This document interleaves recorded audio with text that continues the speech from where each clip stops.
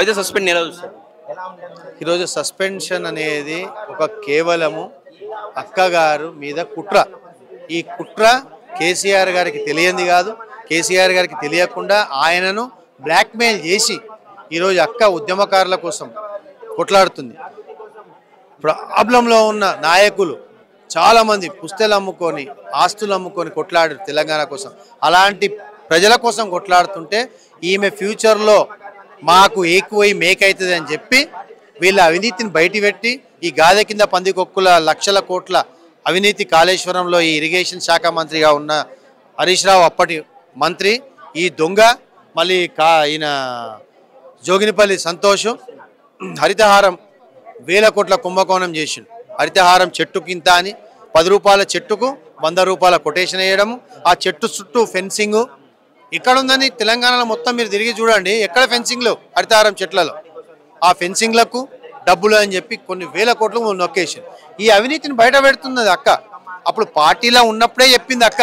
చెప్తే ఆమెను MP ticket ఇచ్చి ఆమెను పంపించేసి ఢిల్లీకి, ఎమ్మెల్యే ఇచ్చి మంత్రి ఇస్తే ఇక్కడ స్టేట్ రాజకీయాల్లో తలదూర్చి ఉద్యమకారులకు న్యాయం చేస్తుంది, కార్యకర్తలకు న్యాయం చేస్తుంది, వాళ్ళని హక్కున చేర్చుకుంటుంది అని చెప్పి ఆమె సైడ్ ట్రాక్ చేసి వీళ్ళ అవినీతి కుంభకోణం దానం ఎక్కనియదు అక్క ఉంటే అని చెప్పి పక్క నుంచి అప్పటి నుంచి ఆమెను సైడ్ ట్రాక్ చేసి ఈరోజు ఆమెను సస్పెన్షన్ చేయించారు కేసీఆర్. ఇవన్నీ తెలుసు కదా, తెలిసి కూడా ఎందుకు మరి హరీష్ రావుకి ఎందుకు సపోర్ట్ చేసి ఇప్పుడు కవిత హరీష్ రావు వచ్చినప్పుడు హరీష్ రావు వైపు నిలిచోడు అనుకోవచ్చు కదా. ఇప్పుడు హరీష్ రావు పక్కన నిల్చుకోలేదు కేసీఆర్. హరీష్ రావు బ్లాక్మెయిల్ చేస్తుండ్రు. హరీష్ రావు అండ్ సంతోష్ రావు ఒక్కటయ్యి హరీష్ రావు బ్లాక్మెయిల్ చేస్తే కేసీఆర్ వింటాడా? అవునండి, ఇప్పుడు వాళ్ళు బ్లాక్మెయిల్ చేశారు కదా అక్కడ. వాళ్ళు బ్లాక్మెయిల్ చేసి ఆమె సస్పెండ్ చేస్తేనే మేము ఉంటాం పార్టీలో, మేము వెళ్ళిపోతాం అన్నారు. కాబట్టి ఆయన తన కన్న రక్తం ఈరోజు అవసరాల కోసము తన రక్తం దూరం పెట్టుకోండు. కానీ ఆయన ఎంత మదన పడుతుండు, బాధపడుతుండు అది మాకు తెలుసు, తెలంగాణ ఆడపడుచులకు తెలుసు, తెలంగాణ ప్రతి ఉద్యమకారానికి తెలుసు. కానీ ఆయన ఏమన్నాడు, పార్టీ బాగు కోసం నా బిడ్డని నేను దూరం చేసుకున్నా సరే పార్టీ బాగుండాలి, ఈ దొంగలు నన్ను బ్లాక్మెయిల్ చేస్తారు, ఇది ఫ్యూచర్లో ప్రజలు కనిపెడతారని చెప్పి కొన్ని తాత్కాలికమే. ఇది సస్పెన్షన్ అంటే నాటే బహిష్కరణకు సస్పెన్షన్కు చాలా వ్యత్యాసం ఉంది. చాలా మంది ఏమనుకుంటారో తెలియదు, ఇది ఓన్లీ సస్పెన్షన్ అంటే మళ్ళీ కొన్ని రోజుల తర్వాత ఎత్తేయచ్చు. ఇప్పుడు వేరే పార్టీలో కొంతమంది నాయకులను సస్పెండ్ చేసి మళ్ళీ తీసుకురు. అలా ఇప్పుడు రాజాసింగ్ చేసిరు బీజేపీ సస్పెన్షన్, తర్వాత మళ్ళీ తీసేసుకోరు. అట్లా తీసుకునే వీలు ఉంటుంది. కానీ అక్క ఏమన్నా వద్దురా నాయన, మీ పాలిటిక్స్ వద్దు, ఏమొద్దు, నా తండ్రి ఆజ్ఞ శిరసావహిస్తా, నా తండ్రిని మీరు బ్లాక్మెయిల్ చేయకండి, ఆయన ఆరోగ్యంతో మంచిగా ఉండాలి అన్నా రామన్న, ఈ దొంగలను నువ్వు పసిగట్టు, వీళ్ళు నీకు కూడా అన్యాయం చేస్తారు, రేపటికి నీకు కూడా వెన్నుపోటు ఓడుస్తారు, జాగ్రత్త.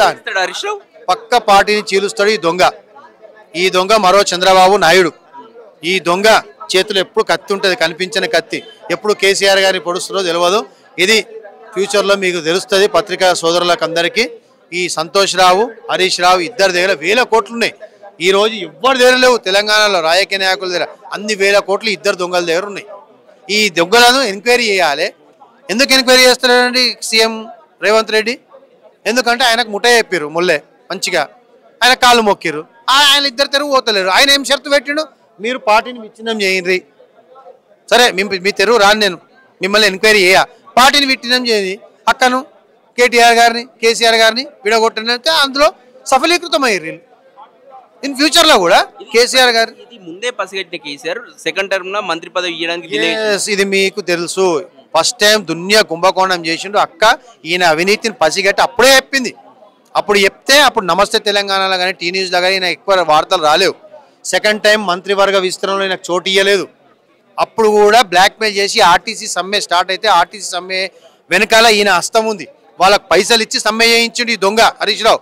కాబట్టి ఈ దొంగ ఇట్లా చేస్తుండని మళ్ళీ ఎందుకు వచ్చిన ఎత్తిపోయినా ఆయన అని ఏదో ఇరిగేషన్ శాఖ మంత్రి కూడా వేరే మంత్రి పదవి ఇచ్చి కూర్చొని ఈ దొంగ అప్పటి నుంచి అక్క ఈ దొంగ వేషాలన్నీ పసిగట్టి చెప్తుంటే కేసీఆర్ గారు వినకుండా ఈ రోజు నెత్తిమే పెట్టుకుండు. ఈ రోజు ఈ తీవ్రమైన పరిణామాలు ఎదురు చూడాల్సి వచ్చింది. అప్పుడే సస్పెండ్ చేసిన పార్టీకి ఈ పరిణామం రాకపోవు. రైట్ రాయందను చేసినట్టు చేసేస్తుంటే ఈరోజు పార్టీ ఇట్లా ఉండకపోవు. ఈరోజు పార్టీ తలకాయ లేని మొండెంలాగా ఏర్పడ్డది. తలకాయ అంటే కవితక్కనే, కవితక్కు ఉంటే పార్టీకి తలకాయలాగా. సో ఈరోజు తలకాయ లేని మొండెంలాగా అయిపోయింది బీఆర్ఎస్ పార్టీ. బీఆర్ఎస్ ఫ్యూచర్ ఎలా ఉండబోతుంది? ఫ్యూచర్ ఏం లేదండి. బీఆర్ఎస్ పార్టీ ఏడాది నిలబడ్డా గెలవదు. కవితక్క సపోర్ట్ లేని గెలవదు. కవితక్క ఒక్కసారి మైక్ పట్టుకొని బీఆర్ఎస్ పార్టీకి ఓటేయరి అంటేనే వేస్తారు ప్రజలు, ముఖ్యంగా మహిళా లోకం, మహిళలు. ఎందుకంటే మహిళలు ట్రబుల్ షూటర్ అని పేరు తెచ్చుకుంటు కదా పార్టీలో. బబుల్ షూటర్ ఏం షూట్ చేసి నన్ను ముఖం మన పొందా 6 అడుగుల బుల్లెట్ అంటే వీళ్ళు కూడా 6 అడుగులే ఉంటారు, మరి వాళ్ళు కూడా బుల్లెట్లా చెప్పండి, మరి వాళ్ళు కూడా ఉంటారు 6 అడుగులు ఉంటారు, వాళ్ళకన్నా ఎక్కువ 7 అడుగులు ఉన్నారు. ఆ బుల్లెట్ కాదు హరీష్ రావు ఉపయోగపడలేదా? ఏడో ఉపయోగపడ్డాడు రాజశేఖర్ రెడ్డి.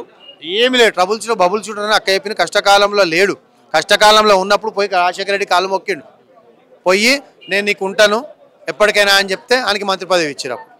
కాబట్టి ఎప్పుడు కష్టకాలం లేదు, కష్టం వచ్చినప్పుడు పోయి వేరే సంకనాకిండు, కానీ కష్టకాలంలో లేడు.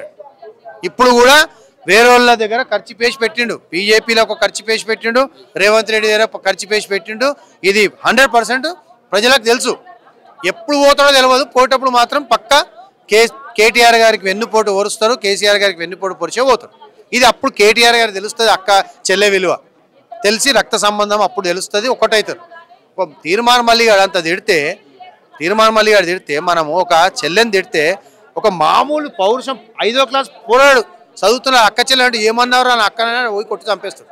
అలాంటి అన్పార్లమెంట్ లాంగ్వేజ్ని ఒక తీర్మానం మళ్ళీ కానీ పక్కన పెట్టు. ఫస్ట్ నువ్వు as a TRS working president పక్కన పెట్టు జెండా. నేను ఒక అన్నగా స్పందిస్తున్నా, నా చెల్లెని ఏమంటారు అని నేను ఉంటే గుసాన్ని చంపేసేస్తుంటున్నా. వెనక సినిమా మర్డర్ కేసు అయితే అవుతుంది, గుసాన్ని చంపేస్తుంటే నువ్వు కనీసం చంపకున్నా కానీ ఇంట్లో కూర్చొని స్పందించలేదు అంటే సీమ్నే తిరగలేదా నీకు?